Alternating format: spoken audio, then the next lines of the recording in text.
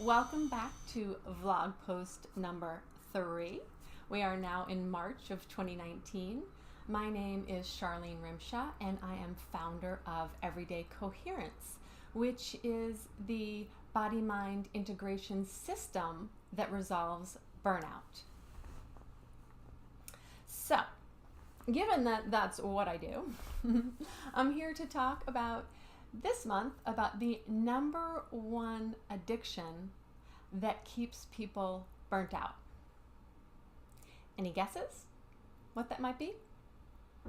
Drugs, alcohol, the addiction to not sleeping? Sure.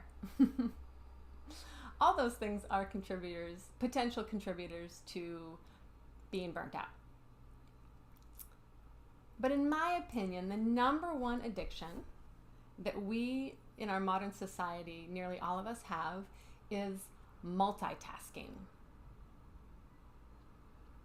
Doing numerous things at once. Checking our emails while we're talking on the phone or writing a report while scanning through social media, different stuff like that. And it kind of makes sense, or we think it makes sense, that the more we're doing, the more we're accomplishing. But that's actually not how the human brain works. It thrives on single-focused tasks, mostly because our brains are not ever actually multitasking. It's humanly and otherwise impossible to actually be doing two things simultaneously. So when you are doing 2 or 3 or 4 or more things at once, your brain is toggling, the circuitries toggling between all of the different tasks that you are doing, which slows the system down, making you less efficient and more exhausted. And so, just to give you a little bit of science, or at least research behind it, let's see, the researchers at Stanford University had done a lot of research on multitasking. And one particularly was on studying the idea of people saying, well, I'm a great multitasker, which tends to be a lot of people, right? Some of you out there might be thinking similarly, like, hey, I'm great at multitasking. Well, turns out you're not. Because again, it's kind of humanly impossible to be really good at multitasking. So the research was finding, they studied people that typically do one task at a time with people that are seasoned multitaskers that claim that they're really freaking good at multitasking. And so they had them, both groups, do numerous tasks at once.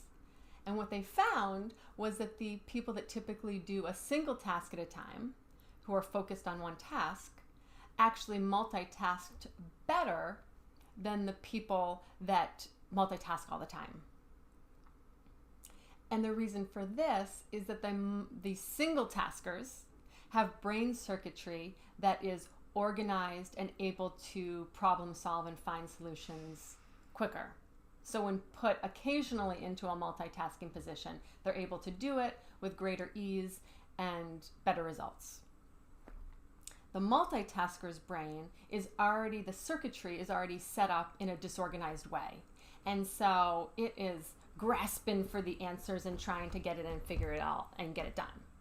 And usually, to some extent, the multitasker does get it all done. But at what cost? Right? That grasping and that disorganization is a lot of what perpetuates burnout and the cycle of burnout and feeling like I'm never going to get out of this and I've always got a gazillion things to do on my list. So therefore, So actually being able to learn how to focus your attention on one task at a time is actually rewiring the brain, the mind, and the body to become more organized and be able to take on what life brings to them with greater ease and more efficiency. So, what do you think about that? Nearly counterintuitive, right? But for actually resolving burnout, it's an important thing to realize and consider that the multitasking and the addiction to it, right, that's kind of been created in society with social media and the smartphones and the expectation that you are available for your boss to check your email at 9 p.m. when you're out having like drinks or dinner with a friend or something like that, perpetuates multitasking.